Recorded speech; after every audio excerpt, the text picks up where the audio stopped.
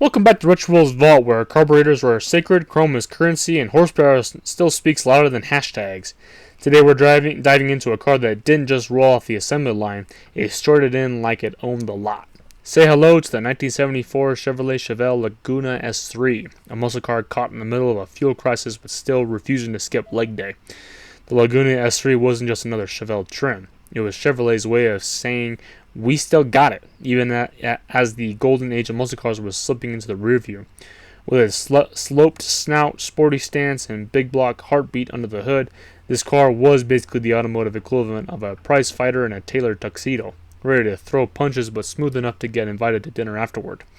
So buckle up, because today we're giving the Laguna S3 its well-deserved spotlight. From high-speed routes in NASCAR to the streets of suburbia, this is one Chevelle that knew how to make an exit and an entrance.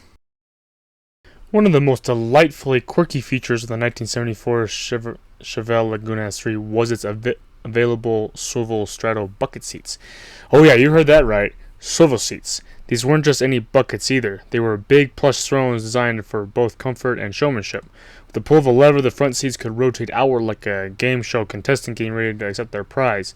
It made getting in and out of the car feel less like squeezing into a muscle car and more like stepping into a VIP lounge on wheels. Imagine rolling up to the drive-in, opening the door, and gracefully spinning your seat to face your adoring public like some kind of automotive Bond villain, minus the cat. These seats were just for flair, though. They made daily driving easier, especially for anyone who didn't want to twist like a pretzel just to exit stage left. It was a mix of convenience and cool factor, something that only the 70s could pull off with a straight face. Sure, modern cars have memory foam and heated lumbar zones, but do they swivel? Didn't think so. The Laguna seats turned heads, literally, and they made every entrance feel like a red carpet moment. The 1974 Chevelle Laguna S3 was like a linebacker in a satin jacket. Broad-shouldered, tough as nails, but with just enough polish to turn heads at a stoplight. Built on GM's A-body platform, the Laguna S3 featured a longer, lower, and wider stance than previous Chevelles, giving it a planted, almost predatory look. And then there's that front end. Oh!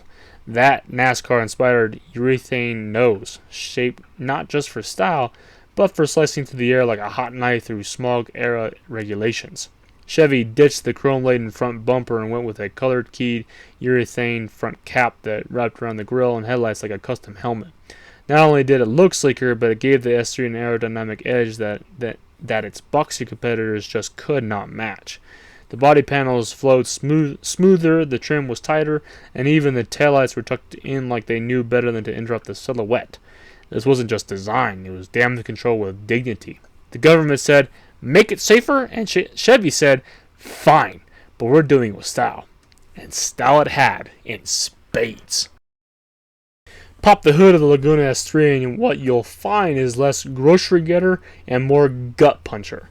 This beast came standard with a 350 cubic inch V8, but for those who check the right boxes and the gas money, you could level up to the mighty 454 big block. That's 7.4 liters of righteous, octane-burning fury, just waiting to turn rubber into vapor and your rear tires into a distant memory. Granted, thanks to Uncle Sam and his growing book of emission laws, the numbers weren't as mind-blowing as a muscle heyday. The 454 was rated at around 235 horsepower, which might sound tame today, but back then, that torque curve hit like a sledgehammer in a velvet glove. It wasn't just about speed, it was about how the car made you feel when you stomped the pedal, like you declared war on the nearest stretch of pavement. And sure, the gas gauge dropped faster than your GPA during finals week, but the sound, the pull, the sheer presence of that big block V8, worth every drop. This wasn't just an engine. It was an experience. Now, all that big block muscle under the hood wouldn't mean a thing if it didn't get to the pavement, and that's where the Laguna's S3's drivetrain comes into play. The standard setup gave you a trusty 3-speed turbo hydromatic automatic transmission, which was about as common in the 70s as a shag carpet and disco balls. But this wasn't just any slush box. It was durable, responsive, and ready to throw down when you put your foot in it. Smooth shifts and a torque-happy attitude made the turbo hydromatic feel like a seasoned bouncer. Quiet, but don't push it. And if you wanted to feel really engaged, Chevy offered a 4-speed manual as well, giving the Laguna some true street cred. With that stick in your hand, it wasn't just a car. It was a conversation between man and machine, each gear a line in a smoky love letter to American muscle. Sure, it wasn't lightning quick off the line by today's standards, but when you mashed the throttle and felt the drivetrain surge, you knew one thing. The Laguna wasn't just moving, it was asserting itself. When it came to chassis and suspension, the 1974 Chevelle Laguna S3 was like a linebacker with ballet lessons. Strong, planted, but surprisingly graceful when the road got twisty. Built on GM's A-body platform, the Laguna had a solid foundation that was beefed up for both comfort and control. Think of it as Chevrolet's attempt to tame the muscle car's wild spirit without sending it off to finishing school. Up front, you had independent coil springs with beefy control arms, while out back was a 4-link rear with more coil springs and a stabilizer bar. Translation? The ride was smoother than you'd expect from something with this much muscle. It didn't float like a land yacht, but it didn't beat you up like a stripped down dragster either. The Laguna S3 was also Chevrolet's road-going lab rat for NASCAR aerodynamics, so they had every reason to make sure it handled better than your average boulevard bruiser. Was it a canyon carver? Not quite. But for a mid-70s muscle Lux hybrid, it handled with surprising poise, like a bouncer in loafers who could still do a cartwheel. Slide into the cabin of the 1974 Chevelle Laguna S3, and you'll find yourself wrapped in a world that's equal parts muscle and leisure lounge. The seats were big, plush, and just this side of a lazy boy. Perfect for long drives or just looking cool to drive in. This wasn't a bare-bones bruiser. It was more like a muscle car that got invited to the cocktail party and remembered to comb its hair. Chevy gave the Laguna S3 a tidy, driver-focused dash with easy-to-read gauges, some faux wood trim for flair, and an optional center console that gave it that premium edge. Climate controls were simple but effective, and the AM/FM stereo with the optional 8-track player let you blast everything from Skinner to Sinatra while carving up the boulevard. Technology in 74 was less smart car and more, it works, don't question it. But hey, the tilt steering wheel and rear defroster were downright luxurious at the time. It wasn't a spaceship, but for a mid-70s muscle cruiser, the Laguna's S3 interior was a comfy, confident place to throw down miles and crank up the tunes.